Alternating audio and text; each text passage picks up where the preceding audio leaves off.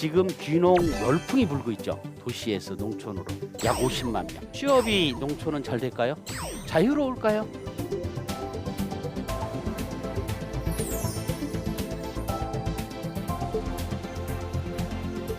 농사 기술만 있으면 될 것 같죠? 어떤 작물도 다 비전이 있고 어떤 작물도 다 어렵다고 봐요. 귀농에서 성공이라는 건 뭘까요? 몇 %나 성공한다고 생각하세요? 귀농 기촌 전문가 차상원 교수의 이야기를 들어보자. 반갑습니다. 네. 저는 오늘 귀농을 생각하는 분들에게는 지침이 될 만한 조언을 좀 말씀드리고 또 시청자분들에게는 이 시대 우리에게 있어서 농업, 농촌 그리고 농민이 갖는 의미와 가치에 대해서 말씀드려보도록 하겠습니다. 기대되시나요? 네.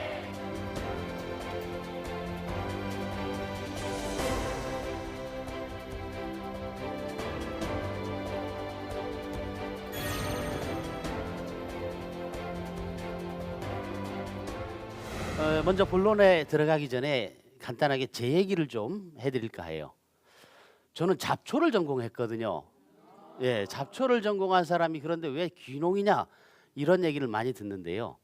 제가 1988년부터 대덕 연구단지에서 약 11년 동안 이 잡초를 방지하는 신규 제초제 연구를 했었어요. 예.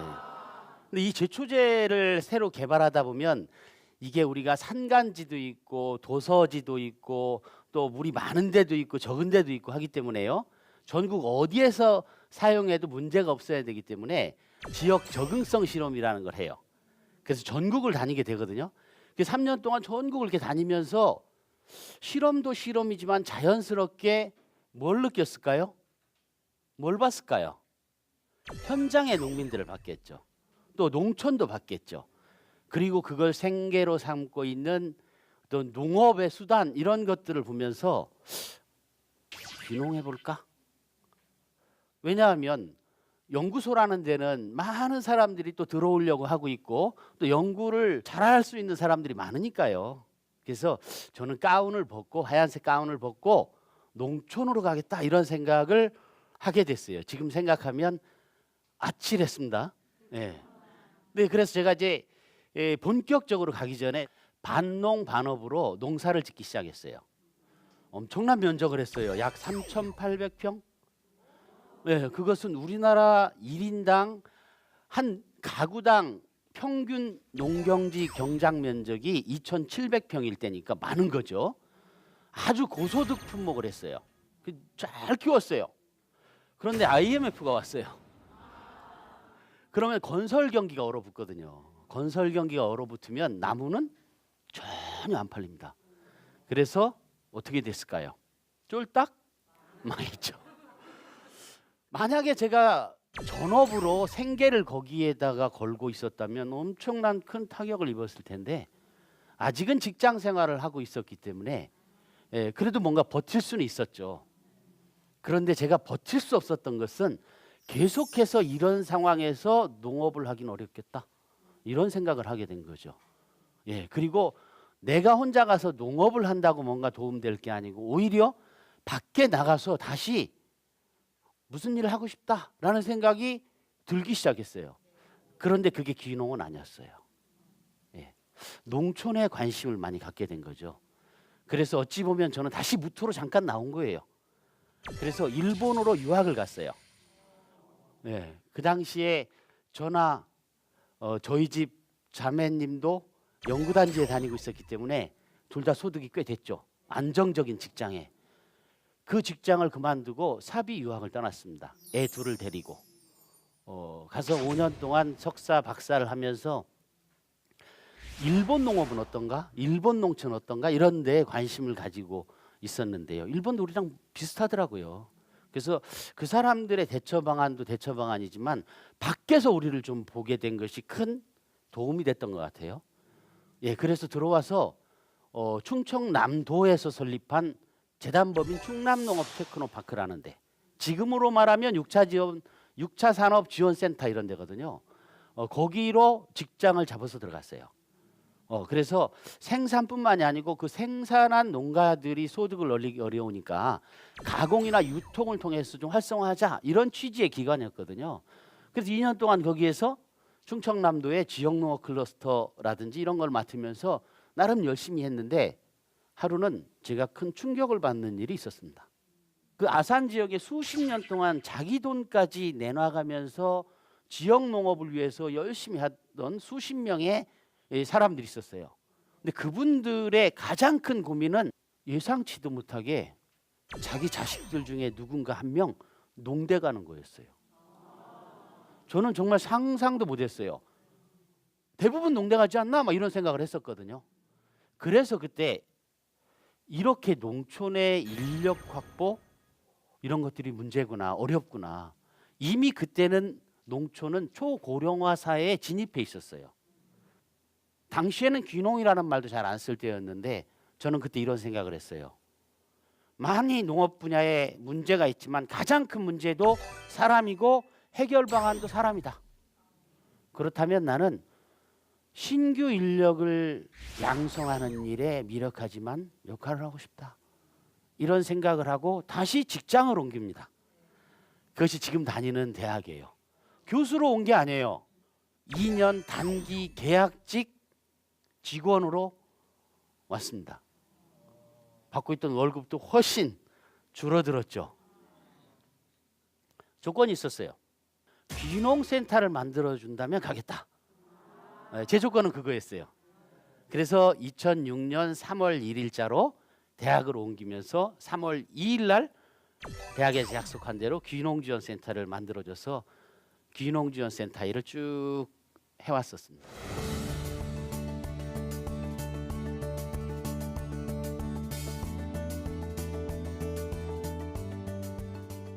지금 귀농 열풍이 불고 있죠. 정부 통계청의 발표에 의하면 재작년에 49만 5천 명. 제주시 인구가 참고로 48만 명입니다. 매년 제주시 인구만큼 도시에서 농촌으로 가고 있어요. 자, 그러면 여러분들 시골살이 하는데 관심들 많으니까 이 자리에 오셨죠? 예, 그리고 여러분도 성공적으로 정착하고 싶죠? 예, 그러면 제가 많은 사람들을 봐오면서 느꼈던 부분들을 좀 요약을 해서 어떻게 하면 시골에서 행복하게 살 수 있을 것인지 몇 가지 말씀을 드려보도록 하겠습니다. 먼저 제가 강연을 다니면요 꼭 설문지를 돌립니다. 귀농에서 살아보니까 어땠나? 그것을 몇 년 차 되셨습니까? 나이가 얼마큼 되십니까? 성별은? 이렇게 물어봐가지고 설문조사를 한 게 있습니다. 그걸 한번 소개해드리도록 하겠습니다. 먼저 귀농 1년 차입니다. 그러니까 1년 미만도 있죠. 0년 차 포함해서 55세의 남성분이 이렇게 대답했습니다. 나에게 시골이란 여유로운 삶을 강제해주는 마법의 성이다. 66세 남성분 1년 되셨답니다. 날마다 신기하고 날마다 기적이 일어나는 곳이다. 예. 좋은 의미일까요? 이제 1년 차 때는 막 신기해요. 근데 신기한 게 계속 반복되면 짜증나요. 그죠? 예, 그 다음에 2년 되신 분입니다. 40세 여성분. 계속 가야 하는 길인지 아직은 알 수 없는 길이다. 근데 아까는 어떻게 했어요? 야, 아까 희망에서 살짝 두려움이 강해지고 절망 쪽의 얘기도 좀 있어 보이네요.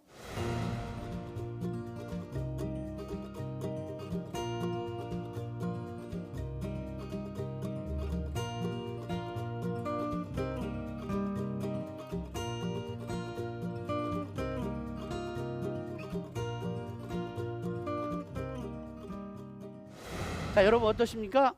이런 반응을 봤더니 뭔가 좀 현실적인 것들이 이제 와닿기 시작하죠.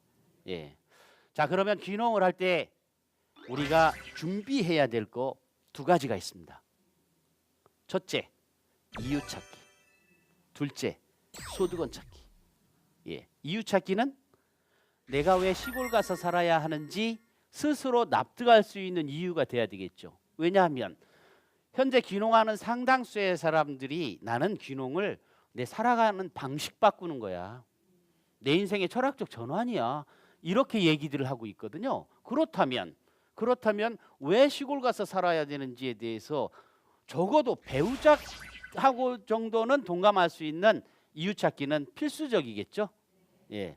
그런데 아무리 이유 있는 삶의 방향을 찾았다 하더라도 맑은 물 입에 한 모금 물고 파란 하늘만 보고 살 수 있을까요? 어렵죠. 결국 그런 이유 있는 삶을 살기 위한 최소한의 경제적 소득이 농업 농촌에서 나와야 하는 거죠.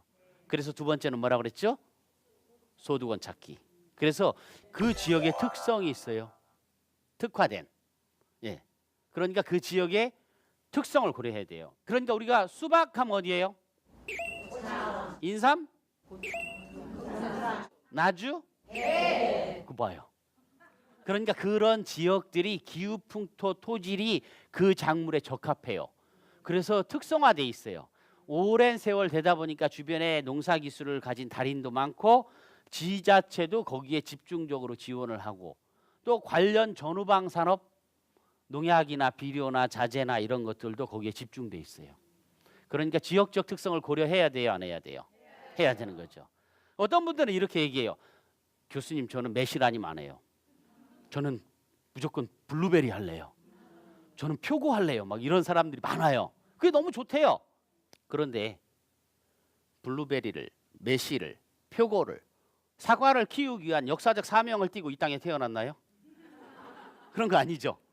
도시에서 발묶여 사는 게 싫어서 자유롭게 살겠다고 시골로 가면서 가기도 전부터 블루베리로, 매실로, 사과로 내 발목을 칭칭 동여맬 필요가 있을까요? 없죠. 작물은 내가 나답게 살아가는 데 필요한 경제적 소득 수단일 뿐이다. 공감하시나요? 네. 오이 농사를 지면 200평 하우스 7동에서 10동 정도가 부부가 할 수 있는 경영 규모입니다. 그러면 1년에 소득이 약 1억 5, 6천 정도 나와요. 네. 농사는 50% 정도가 생산비라고 보면은 얼마쯤 남은 거죠? 뭐 7, 8천 정도. 그러면 할 만하지 않습니까? 농촌 생활. 왜냐하면 농부가 되면 의료보험료도 50% 감면됩니다. 국민연금도 보조가 돼요. 그런데 오이를 몇 시부터 따야 될까요? 오이 수확기 되면은? 그렇죠. 4시 반 정답입니다. 어떻게 잘 아셔요? 네? 4시 반에. 그죠? 4시 반, 5시 이렇게 땁니다. 그러면은 보통 시설하우스를 한번 하면은 10년에서 15년 정도 해야 돼요. 그럼 60대 되신 분이 시설하우스를 귀농해서 시작하면 몇 세까지? 70세, 80세까지. 4시에 일어나서 오이를 100박스씩 따내. 가능할까요? 나이나 체력도 고려해야 된다. 작물을 정할 때는. 이해되십니까? 예. 자, 또 한 가지, 세 번째. 어떤 걸 고려해야 될까요? 내가 가진 경제적 기반이 얼마큼 있느냐. 아무리 아이디어가 좋고 하고 싶어도 그걸 하는데 필요한 경제적 기반이 돼야 되잖아요. 그것이 소득원 찾기의 세 가지 조건. 지역적 특성을 고려해라. 나의 체력도 고려해라. 그리고 경제적 기반을 고려해라. 그래서 그 지역의 특성에 맞는 농업을 하는 것이 무엇보다도 중요합니다.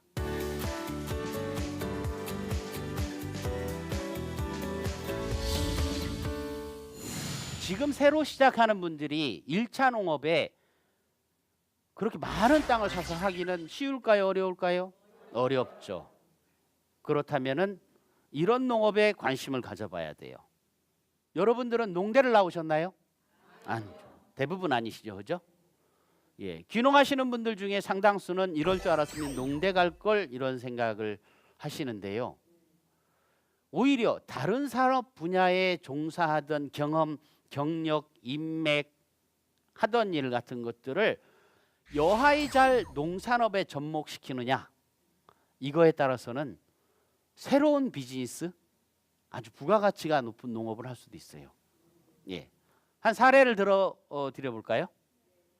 보험회사를 다니던 한 분이 있었는데요. 이분이 귀농을 했는데 유기농 매실밭을 사서 귀농을 했어요. 홈페이지도 만들었어요. 자, 보험회사 다녔으면 농사기술은 있을까요? 없을까요? 근데 뭐가 있을까요? 휴대전화에 전화번호가 많이 있겠죠. 그래서 우리나라는 세 가구 중에 한 가구는 매실을 담는다. 그래서 매실을 수확하는 시기에 보험회사 다닐 때 고객들에게 홈페이지 주소를 링크해서 보냈어요. 귀농에서 유기농 매실 농사를 짓고 있다. 그랬더니 주문이 막 들어오기 시작한 거예요. 그래서 두려운 거예요. 이 얼마만큼 나올지 모르는데. 그래서 홈페이지를 내렸어요. 아니나 달라요. 부족해진 거예요.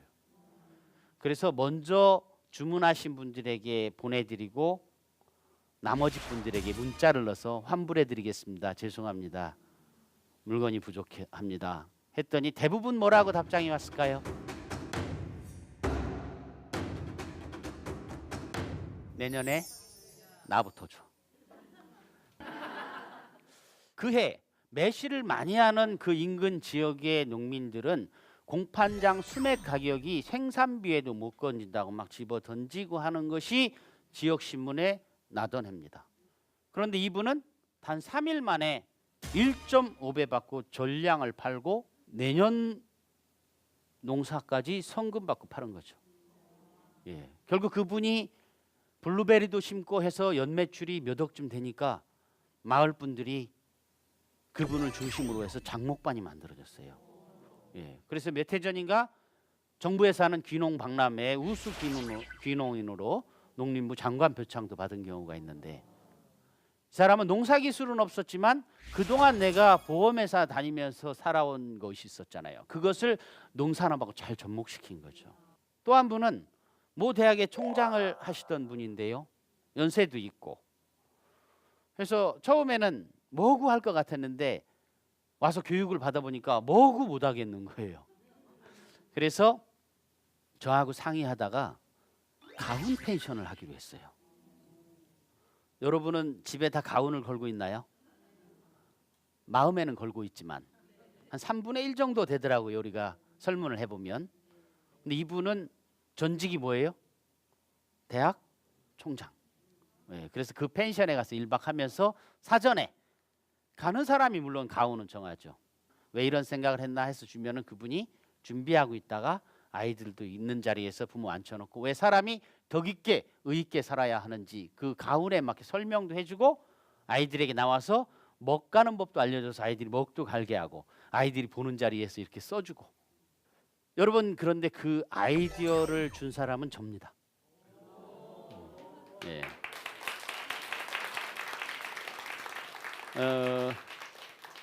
박수를 받으려고 한 건 아닌데요. 근데 그것을 제가 했으면 어땠을까요? 가훈 펜션을 제가 했으면. 왜 고개를 절레절레 흔들었어요? 살짝 기분이 안 좋아지는데요. 그분은 연세가 있잖아요. 전직이 대학 총장이잖아요. 풍무가 그렇잖아요. 그죠? 그러니까 자신만의 가치를 만들어내야 하는데 자신만의 가치는 자기가 가지고 있는 것들을 농산업에 잘 뽑아낼 때만 생겨요. 아이디어가 아니에요. 가훈 펜션도 아이디어는 제 아이디어잖아요. 자신만의 가치를 만들어내는 농업을 디자인할 수 있어야지 소득원을 마련할 수 있다. 여러분 공감하십니까? 예. 자, 그러면 그런 것들을 준비하는데 언제 그러면 나는 귀농하면 되겠다. 어디로 하면 되겠다. 어떤 아이템을 가지고 하면 되겠다. 이것을 결정하는데 부부 동의까지 포함해서 약 2년 정도 걸립니다. 예. 그래서 귀농은 하기 전에 준비가 2년. 몇 년? 2년이 중요합니다. 예. 그 다음에 이제 그 지역에 가면은요, 1년 동안은 농사를 지면 안 돼요. 땅도 사면 안 되고 빌려서도 안 돼요. 농사를 지면 안 돼요. 1년 동안은 그냥 남의 집 일도 다니고 이러는 거예요. 그러다 보면 그 동네 사정이 밝아질까요? 안 밝아질까요? 네. 어떤 한 청년이 덜컥 가자마자 땅을 빌려준 데서 빌려서 농사를 졌는데 봄에 보니까 돌밭이에요. 동네에 트랙터 가진 분들이 노타리를 쳐주지 않아요. 또 논을 빌려준다고 해서 덜컥 빌려받았는데 그 동네 트랙터 치고 그 논에 빠져보지 않은 트랙터가 없어요. 수렁논이야. 또 한 사람은 산 밑에 좋은 밭을 빌렸는데 감자 농사를 졌는데 감자가 500박스가 나왔어요. 완전 풍년. 그런데 길이 없어요. 지게로 다 저내리고 3주 동안 물리치료 받았어요. 네. 그랬더니 저녁에 선배 귀농인이 와서 위로를 해주더래요. 소주 한 잔 따라주면서 고마워요, 안 고마워요? 고맙죠. 야, 그거 작년까지 다 내가 붙이던 맛이다. 예. 여러분, 귀농이 이렇게 귀농 열풍이 된 게 10년이 지났습니다. 전국의 지자체에 가면은 농어촌 지자체의 약 10%가 귀농귀촌 출신입니다. 그분들 중에는 비만 오면 부침개를 부치는 사람들이 있어요. 좋은 땅 나오면 받으려고 옆집에 갖다 주잖아요. 그런데 내가 갑자기 덜컥 가서 좋은 땅 문전옥답이 나올 거라고 기대하는 그 자체가 모순이죠. 그러지 않을까요? 예. 그래서 1년 정도만 농사 짓지 않고 남의 집 일도 다니면서 용돈도 벌고 농사 기술도 익히고 이 동네에 어떤 농사가 맞는지 알면은 덜컥 배농사도 안 짓는데 배농사 져서 봉지 씌우는 사람을 못 구하는 일도 없겠죠. 수렁논이나 맹지나 자갈밭을 구할 일도 없겠죠. 그래서 귀농해서는 몇 년 동안 농사 안 짓는다? 하기 전에는? 그래서 2+1입니다. 2+1은 마트에서 화장지만 2+1이 아니고 귀농도 2+1입니다. 아셨죠? 예. 여러분들이 그런 것들만 기본적으로 잘 알고 준비하시면 100m 달리기에서 30m, 40m 앞에서 달리는 거랑 비슷합니다. 예. 충남 천안의 한 마을. 탐스러운 배가 주렁주렁 열렸는데요. 최상원 교수가 귀농 제자인 농장주 이상열 대표를 찾아왔습니다. 올해 올 초에 저온으로 배 작황들이 안 좋다고 하던데 어때요? 크기는 작아졌는데 네. 대신 당도는 좋았습니다. 아주 꿀배가 됐습니다. 다행입니다. 네. 여기는 사전에 그래도 분양해서 네. 하는 나무들인가요? 네, 맞습니다. 그래서 나무마다 제가 예전에 귀농 원장을 할 때 제자이기도 해요. 네. 그래서 잘하고 있나 네. 그동안 온라인 통해서 소식은 많이 접하고 있는데 마침 지나가다가 컸을 때 최상원 교수는 시간이 날 때마다 귀농 제자들을 찾아다니며 농촌에 잘 정착해 나가고 있는지 살핀다는데요. 요건 뭐예요? 네, 이건 서울에 있는 봉천초등학교 12의 장학금 나무라고 합니다. 장학금 나무. 네. 참 특이하죠. 막 장학금이 열리나요 여기에서? 네, 배가 다 장학금이 됩니다. 이 많은 나무가 전부 체험객들에게 임대된 배나무라는데요. 분양된 나무엔 체험객이 원하는 문구를 담아 간판을 걸어주는데요. 그렇게 간판을 걸게 된 나무가 200여 그루나 된다고 합니다. 이 방부목이 너무 인위적이라는 생각이 들어요. 그럼 어떻게 하냐면요. 네. 수많은 귀농 제자들의 경험을 전하며 간판 만드는 과정까지 하나하나 요령을 전수해 줍니다. 우드번호로 아이들이 연필로 이렇게 써요. 연필로 써놓고 그 위에다가 아이들이 이렇게 하면 막 연기 나면서 글자가 파지니까. 농장마다 필요한 조언을 아끼지 않는 최상원 교수. 농장의 곳곳을 살펴보며 농장주에게 필요한 것이 무엇인지 어떤 점을 발전시키면 좋을지 생각합니다. 이게 지금 아이들이 와서 직접 손으로 따보는 맛이 있을 것 같아요. 네, 그런데 사실 고등학교, 대학교에 큰 아이들 잘 안 오잖아요. 어린 아이들이 더 관심이 많은데 애들이 따기에는 아주 어린 유치원 이하는 높으니까. 키가 닿지 않아 스스로 배를 수확할 수 없어 항상 부모님의 도움을 받는 아이들. 자신의 힘으로 배를 딸 수 있다면 성취감이 더 크게 들 것 같은데요. 여기 위에 보여 안 보여? 세심함이 돋보이는 최상원 교수의 조언입니다. 머리도 배 따세요. 아이들용으로 이런 디딤판을 만들어 놓으면 온 사람들 입장에서는 아, 준비됐다, 교육적이다, 배려하고 있다, 뭐 이런 걸 느끼기 때문에 더욱 만족도가 높아질지도 모르겠어요. 저는 그것까지 생각 도저히 안 했었습니다. 미처 생각 못 했었어요. 별건 아니지만 간다는 것 같지만 그거에 대해서 좋은 어떤 또 새로운 교수님한테 가르침 받은 것 같습니다. 농장뿐만 아니라 체험객을 위한 준비된 공간도 빠짐없이 살펴보는 최상원 교수. 스승과 제자 모두 시시각각 변해가는 귀농 트렌드에 발맞춰가고 있는데요. 이 귀농은 다른 거하고 달리 교육만 시키고 나몰라라 하면 안 되거든요. 이게 가급적이면 끝까지 같이 간다. 교육받는 사람보다도 어찌 보면 교육받고 간 사람들에 대해 관심 갖는 게 더 중요해요. 그래서 잘 정착하면 그 다음 사람들 따라오는 거고. 쉬지 않고 발로 뛰는 최상원 교수 덕분에 우리 농촌이 조금 더 활기를 띠고 있습니다. 저한테 많은 사람들이 귀농에서 성공하는 사람들이 얼마나 됩니까? 이런 질문을 하거든요. 여러분도 궁금하죠? 네. 여러분이 생각할 때는 몇 %나 성공한다고 생각하세요? 귀농에서 성공한 사람들의 공통점이 있어요. 공통점은 이웃 사람하고 잘 지내는 사람들이 성공한 거예요. 여러분 아무리 딸기를 잘 키워놔 봐요. 농촌은 매일 일손이 부족한 게 아니에요. 일시적으로만 부족한 거예요. 그런데 딸기를 상추를 아무리 잘 키워놔도 동네 사람들이 저 집은 일 가기 싫어. 그럼 수확 못해요. 로봇가 와서 해줄 수가 없어요.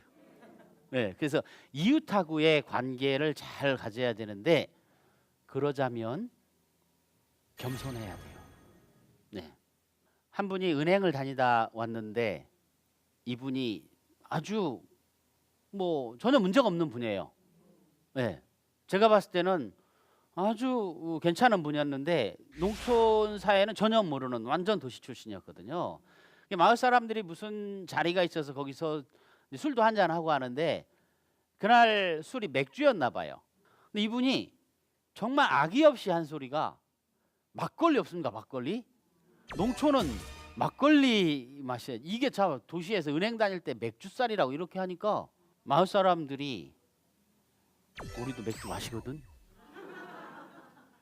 근데 그 자리에서 얘기해 주면 해명을 할 텐데 한 5년 지나고 나서 알았어요. 5년쯤 살다 보니까 그 마을에 친한 사람이 생길까요? 안 생길까요? 얘기를 해주더래요. 너 그때 그 얘기해서 그렇게 됐다. 네.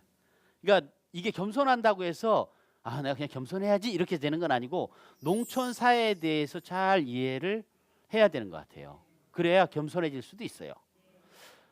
우리 또 제자 중에 한 명은 마찬가지로 은행을 다니다 온 사람이네요. 그런데 강원도 화천으로 귀농을 했는데요. 마을에서도 요즘 정부에서 이런저런 많이 사업들을 하잖아요. 그럼 제안서, 뭐 응모서 이런 걸 써내야 되는데 지역의 농민분들이 바쁘잖아요. 그리고 컴퓨터로 이런 거 써내는 거에 익숙하진 않지 않습니까? 근데 은행에서 일하다 오신 분은 농사일은 익숙하지 않아도 매일 이런 것만 하다 왔잖아요. 그죠? 얼마나 잘하겠어요. 그래서 다른데 비용을 내고 용역을 주거나 그러지 않고 자기가 이걸 써냈는데 됐어요. 그랬더니 그 다음부터 마을 사람들이 복덩이가 들어왔다 우리 마을에. 예, 농사는 우리가 가르쳐 줄까요? 안 가르쳐 줄까요? 안 가르쳐 주더래요. 그렇게 했는데도 농사를 와서 그냥 져주더래요. 아셨죠? 네. 내가 어떻게 겸손하게 마을 사람들한테 다가설 수 있을 것인가? 이런 궁리를 잘 하는 게 농촌 생활에 중요한 것 같아요. 그래서 여러분들 귀농하기 전에는 사실은 농사 기술이 굉장히 궁금하죠. 농사 기술만 있으면 될 것 같죠. 근데 많은 귀농 선배들은 이렇게 얘기합니다. 농사 기술보다 보일러 수리하는 기술이 더 중요하대요. 네. 시골의 어르신들은 집집마다 보일러가 돼 있어요. IMF 이전에 자식들이 와서 아직도 불 때냐고 보일러로 다 바꿔줬거든요. 그런데 IMF 오고 나서 경제가 어려워지니까 기름값을 못 대주거든요. 그래서 불도 못 대거든요. 그게 전기장판 깔고 주무시는 분들이 많아요. 근데 너무 추운 날은 보일러 한번 해야죠. 잘 돌아갈까요? 안 돌아갈까요? 그때 보일러 한두 번만 고쳐주면 농사를 가르쳐 줄까요? 안 가르쳐 줄까요? 안 가르쳐 줘요. 어떻게 해줄까요? 지어줍니다. 네. 나는 아무리 열심히 노력해도 도저히 기존의 농민들만큼 농사 기술을 따라갈 수 없어서 실패했다. 이런 귀농인을 저는 직접 만나본 적은 없어요.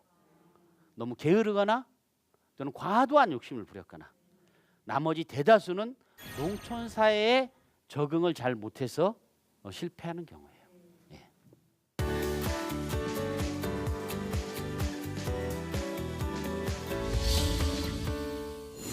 여러분 농촌이 중요해요? 농업이 중요해요? 상업도 있고 공업도 있잖아요. 농업만 중요하진 않죠. 다 중요하죠.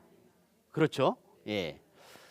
그래서 산업적으로는 물론 우리에게 먹거리라고 하는 굉장히 중요한 부분들을 가지고 있지만 보통 이렇게 얘기하죠. 자동차 조선 반도체 팔아서 쌀 사오면 되는데 사와도 돼요. 사와도 돼요. 그런 의미에서 봐서는 산업적 측면에서 봐서는 농업만 무지하게 중요한 건 아닐 수 있어요. 근데 우리에게 중요한 건 농촌이죠. 농촌. 농촌에 대해서 좀 말씀을 드려보도록 하겠습니다. 몇 해 전에 정부에서 발표한 자료를 보니까요. 우리나라 청소년의 3명 중에 1명이 2주 이상 연속적으로 우울하다고 느꼈다. OECD 국가 중에 청소년 자살률 1위 이런 뉴스를 자주 접하죠. 저는 얼마 전에 KTX를 타고 어디를 가는데 모니터에 이런 게 써 있더라고요. OECD 국가 중에 우리나라 국가 자살률 16년 연속 1위. 우리는 전 세계 유례가 없는 눈부신 경제 성장 한강의 기적을 이뤄냈죠. 네. 하지만 동전의 양면이 있죠. 부작용도 많죠.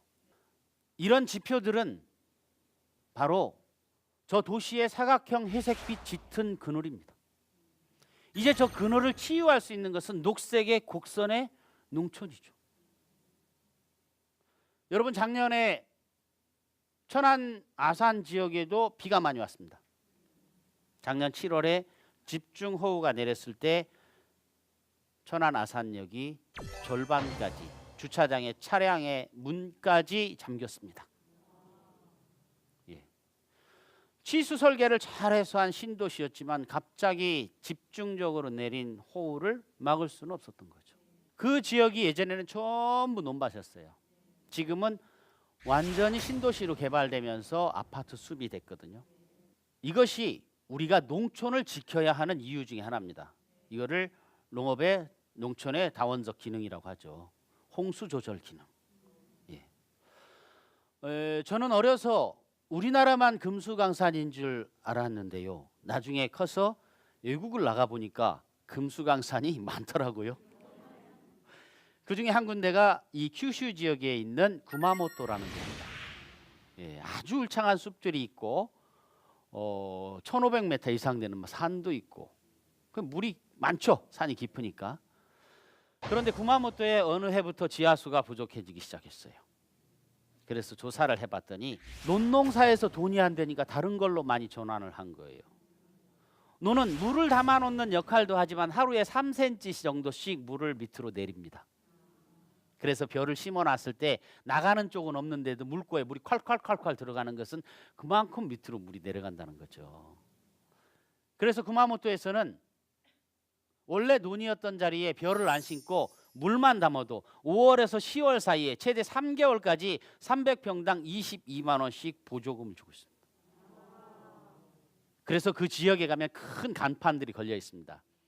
구마모토의 논과 밭이 우리에게 물을 공급해 준다.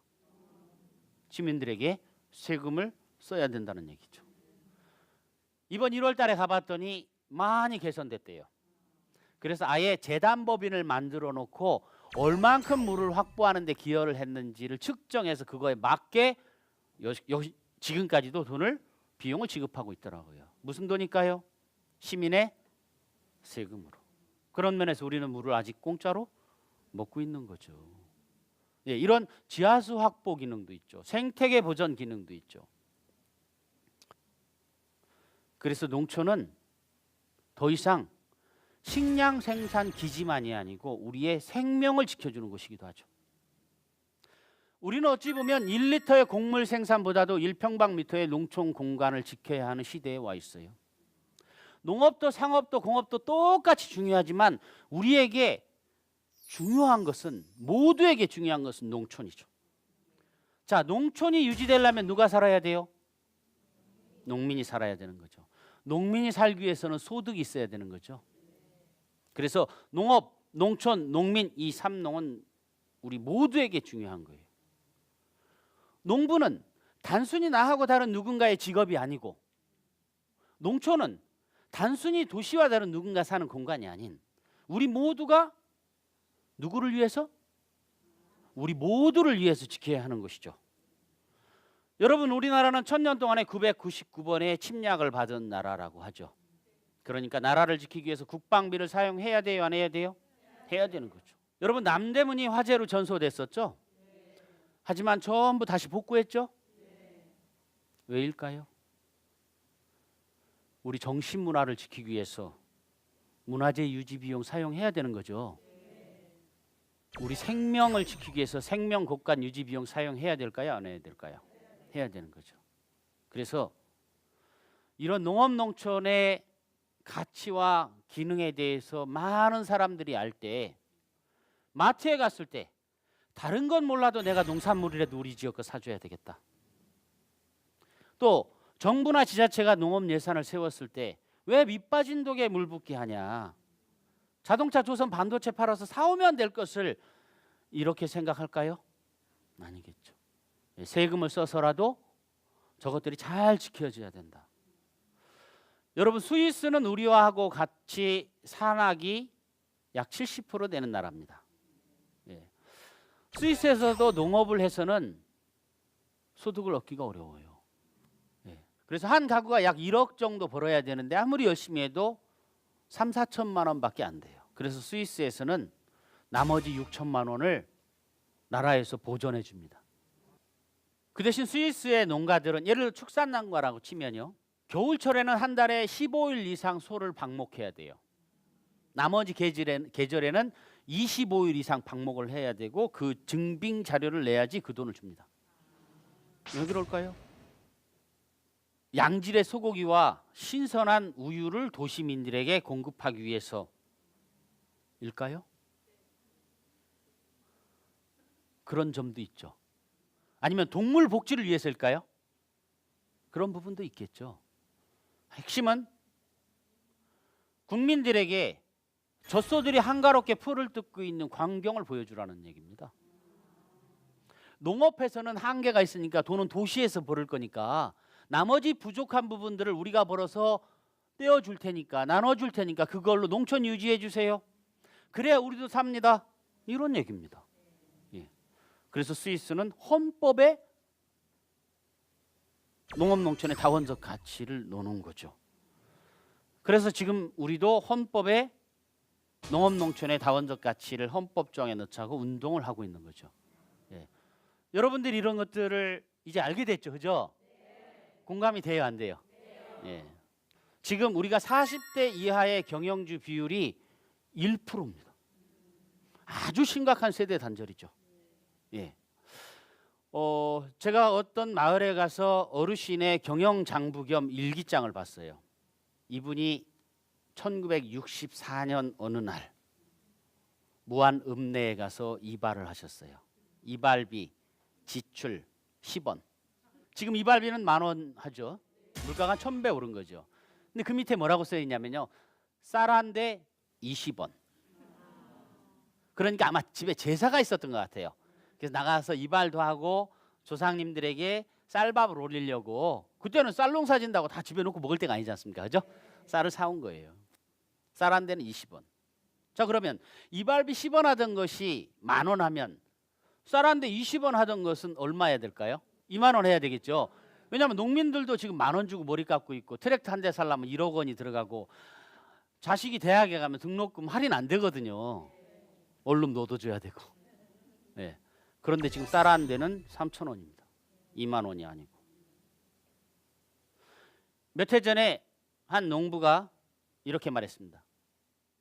읍내에 나가서 쌀 한 가마니 내다 팔고 오면서 아내랑 식당에서 밥 한 끼 먹고 마트에서 생선 몇 토막 사고 일주일 정도 먹고 쓸 생필품 샀더니 주머니에 돈이 하나도 안 남았어요. 왜? 농부인 나는 다른 사람 부부가 1년 먹을 쌀을 내다 주고 판 돈으로 일주일밖에 못 먹어야 됩니까? 이게 과장된 얘기일까요? 이게 지금 현실입니다. 그래서 농업도 공업도 상업도 중요하지만 농촌은 우리에게 있어서 생명선입니다. 우리가 LCD 조선 반도체 팔아야 됩니다. 우리나라는 이미 공업 입국이에요. 그럼 시장 개방하게 돼 있죠. 외국에서 농산물들이 많이 들어와요. 예. 그럴 때 그걸 막을 수는 없죠. 다만 이런 농업 농촌의 가치를 우리 국민들이 많이 안다면 이제 우리는 구한말에 있었던 제2의 물산 장려 운동이 일어나야 된다고 생각해요. 다른 건 몰라도 농산물이라도 우리 거 사줘야 되겠다. 이런 마음을 국민들이 갖는다면 우리 농민들은 훨씬 나아질 겁니다. 다른 건 몰라도 농업 분야에 세금 쓰는 것은 나랑 우리 자식들, 우리 자손들을 지키는 생명선이다. 이런 인식들을 가지고 있다면 지금보다 농촌이 훨씬 나아질 겁니다. 여러분 그렇지 않을까요? 예. 여러분 저에게도 꿈이 있습니다. 저는 미력하지만 농업이라는 산업 또 농촌이라는 공간 그걸 지탱해 나가는 농민이라는 사람들이 갖고 있는 그 가치와 역할에 대해서 최선을 다해서 우리 국민들에게 알리는 겁니다. 저는 귀농귀촌도 그 속에 있는 하나라고 생각합니다. 네. 그리고 개인적인 꿈이 또 있습니다. 제 개인적인 꿈은 저도 언젠가 보다 깊숙이 그 속에 들어가서 마을 사람들과 어울려서 아이들의 웃음소리가 들리는 그런 마을에서 사는 겁니다. 네, 여러분도 행복한 귀농귀촌 꼭 이루시기 바랍니다. 수고하셨습니다.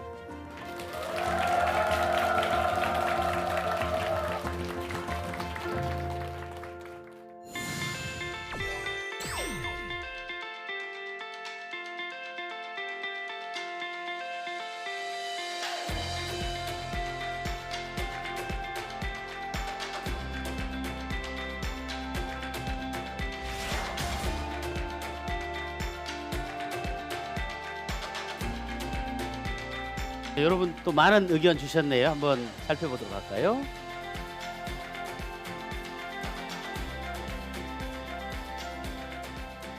귀농하면 정부 지원 자금이 있나요? 이런 질문했습니다. 어느 분이 질문하셨나요? 아, 예, 예. 그래서 오늘 교수님 그 이트 있는 강의 재밌게 잘 들었는데요. 혹시 정부 지원금이 있나요? 예, 귀농하면 정부에서 지원을 해주는 게 있습니다. 예, 그래서 그것이 2009년도에 처음 만들어졌고요. 2009년도에 정부 지원금은 귀농하는 분들에게 3% 이자에 5년 거치 10년 상환. 그럼 6년 차부터 10년간 최대 2억 원까지. 그러니까 2억 원을 받으면은 1년에 2천만 원씩 10년 동안 갚는 거죠. 예, 그러던 것이 최근에는 다시 좀 개정이 됐습니다. 이자를 1% 낮추고 금액을 1억 올렸습니다. 예, 그래서 2% 이자에 5년 거치 10년 상환 조건으로 최대 3억 원까지 창업 자금을 지원을 해줘요. 이것은 안 갚아도 된다는 건 아니죠. 다만 처음에 뿌리를 내릴 동안 낮은 이자와 좋은 상환 조건으로 지원을 해주는 건데요. 이 경우는 정부에서 지정한 귀농교육을 총 100시간 이수를 해야 돼요. 100시간 이상. 왜냐하면 덜컥 저질렀다가 실패할 수 있기 때문에. 예. 그래서 그것은 다양한 교육 프로그램들이 있으니까요. 그런데 참여하시는 방법. 그리고 100시간을 이수했다고 해서 돈을 다 주진 않아요. 왜냐하면 그건 나라의 세금이죠. 그것을 정부에서 장관이 돈을 세서 주는 건 아니겠죠. 그죠? 결국 금융기관, 그중에 농협을 지정을 해서 농협을 통해서 돈을 주는데요. 농협에서는 2%만 받아서는 운영이 안 되니까 나머지 이자를 정부에서 대주는 거예요. 그 대신 농협에다가는 회수의 의무를 지우겠죠. 국민의 세금이니까. 그러니까 농협은 신용이나 담보가 없는 경우에는 돈을 줄까요, 안 줄까요? 안 주죠. 예, 그래서 자기 신용이나 담보가 있는 범위 내에서 받을 수 있어요. 예, 그래서 귀농 창업 자금은 그렇게 이해를 해주시면 좋을 것 같고요. 또 다른 질문 한번 살펴볼까요? 예, 이 질문도 좋을 것 같습니다. 앞으로 상품 가치가 높아질 것 같은 작물이 있을까요? 아무래도 귀농의 이유도 중요하지만 수익도 중요한 거니까 앞으로 좀 이익 그 창출에 좀 도움이 될 만한 작물이 있는지 궁금해서 질문했습니다. 자, 여러분 메모 준비됐습니까? 여러분에게만 제가 특별히 알려드리겠습니다. 앞으로 전망 있는 작물: 사과, 자두, 오이, 벼, 배추, 무, 콩, 고구마, 감자. 눈치챘죠? 어떤 작물도 다 비전이 있고 어떤 작물도 다 어렵다고 봐야 돼요. 우리는 지금 대부분의 모든 농산물이 남아돌고 있어요. 네, 남아돌고 있는데 인구는 감소해요, 안 해요? 여기 계신 분들 살아생전에 이게 바뀔까요? 인구가 감소하면 농산물 소비량이 줄어요, 늘어요? 줄죠. 지금도 남아도는데. 우리는 고령화 사회에 들어갔어요, 안 들어갔어요? 고령화가 되면 농산물 소비량이 줄어요, 늘어요? 줄죠. 줄어요. 수입 시장은 앞으로 더 자꾸 개방될까요, 안 될까요? 그러면 농산물 공급량은 늘까요, 줄까요? 늘죠. 수입 시장이 개방되니까. 지금도 남아도는데. 여러분, 농업 기술이 발달하면 할수록 농민은 어려워질 수도 있습니다. 블루베리 1kg 열리던 것이 품종 개량이 돼서 2kg 열리면 정확하게 절반으로 가격이 떨어져요. 왜냐하면 우리가 국민소득 5만 불 시대가 가도 밥은 3끼만 먹죠. 국민소득이 10,000불로 떨어져도 밥 3끼는 먹죠. 그것을 농업을 그래서 제로섬 게임이라고 해요. 소비량은 정해져 있는 건데 그나마 모든 게 남아도는데 인구 감소, 고령화로 소비량은 줄고 시장 개방, 농업 기술 발달은 공급량을 늘리는 이런 상황이다 이거죠. 그런 경우에 전망 있는 것은 결국은 자신만의 가치를 만들어내는 거예요. 어떤 작물이 중요한 게 아니고 어떤 가치를 만들어낼 것이냐. 같은 자두가 있는데 좀 비싸도 나는 자두는 저 사람 거 살래. 이렇게 되면 그 사람의 가치가 있는 거죠. 이유는 여러 가지 있겠죠. 정말로 품질이 좋거나 믿을 수 있거나 그 사람을 아주 내가 좋아하거나 여러 가지 이유가 있을 수 있겠죠. 나만의 가치를 만들어낸다면 좋을 것 같아요. 그래서 특수한 작물은 키우기도 특수하게 어렵고 판매도 특수하게 어렵다. 어떻게 내가 특화시킬 거냐? 그게 중요한 것 같습니다. 귀농을 하려 할 때 그 정보를 알아야 되니까 어디에서 알아야 되는지 궁금해서. 이 질문도 많겠죠, 그죠? 귀농을 하려고 하는데 그런 정보를 알려주는 곳이, 그래서 농식품부에서는 귀농귀촌 종합센터를 설치해서 운영하고 있습니다. 장소는 강남에 있는 양재동의 AT 센터에서 있는데요. 온라인에서도 홈페이지를 통해서 굉장히 많은 정보들을 체계적으로 서비스를 하고 있어요. 그래서 거기에 가면은 농지 전문가, 자금 전문가, 농사기술 전문가들이 상주해서 있어요. 그래서 여러분들이 가면 1:1 상담을 해줘요.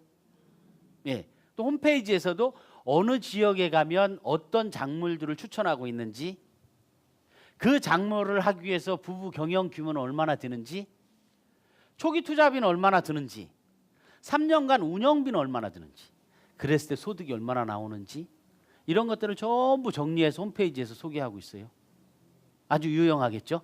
네. 그리고 거기에서는 또 귀농 선배들하고 멘토링도 해주고 있어요. 예. 그리고 우리 이런 청년들에게 필요한 별도의 자금 지원이 또 있는데 그것은 청년들에게 어떤 자금 지원을 하고 있는 것인지, 또 베이비 부머 세대들에게는 어떤 지금 자금을 지원하고 있고, 집을 짓거나 수리할 때도 지원을 하는 부분들이 있어요.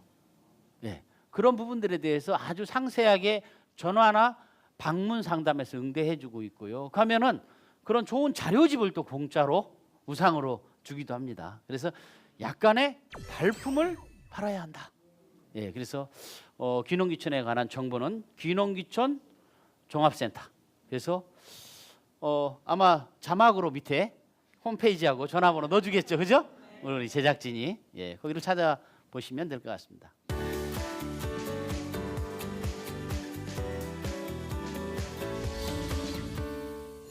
예, 저는 꿈이 있습니다.